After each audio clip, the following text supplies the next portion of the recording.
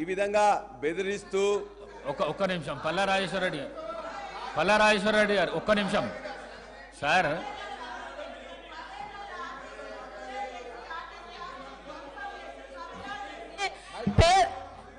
పదేళ్ల టీఆర్ఎస్ ప్రభుత్వంలో ఆర్టీసీ ఆస్తులను ధ్వంసం చేసి కుదేలు చేసి కబ్జాలు చేసి ఆర్టీసీ ఉద్యోగులు ఆత్మహత్య కారణమైన వీళ్ళు ఇవాళ ఆర్టీసీ గురించి మాట్లాడుతున్నారు. అదే కాకుండా పేదవాళ్ళు ఎక్కేది ఆర్టీసీ బస్సులు. అలాంటి బస్సుల రేట్లు పెంచి ఇవాళ ఆడవాళ్ళు బస్సులలో వస్తే తట్టుకోలేకపోతున్నారు. నేను ఒకటే సూటిగా అడుగుతున్నా, ఆర్టీసీ ఫ్రీ బస్ పెట్టొద్దా?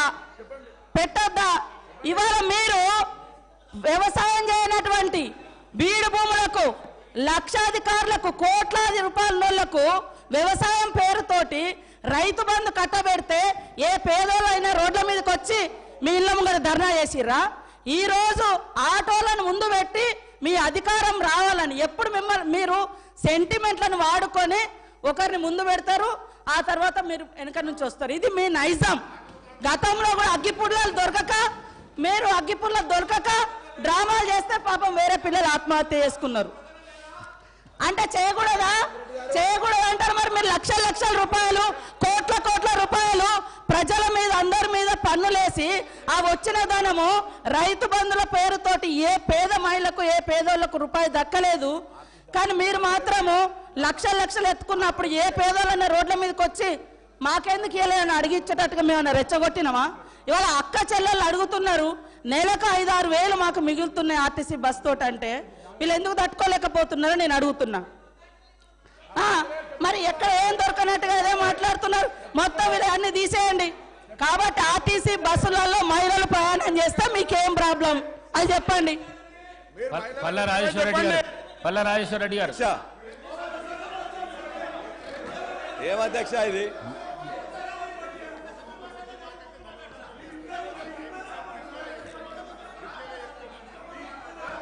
అధ్యక్ష, ఇప్పుడు ముఖ్యమంత్రి గారిని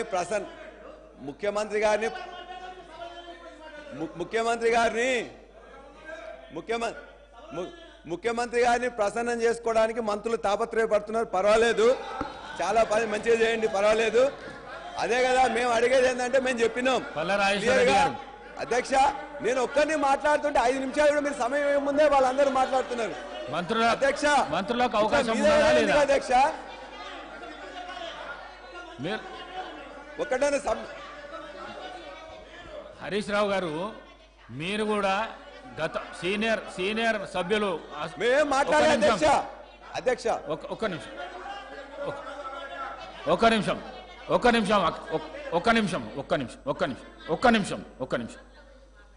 మీరు హరీష్ రావు గారు, మీరు కూడా ఈ హౌస్లో సీనియర్ శాసనసభ్యులు, లెజిస్లేటివ్ అఫైర్స్ మినిస్టర్గా పనిచేసినారు.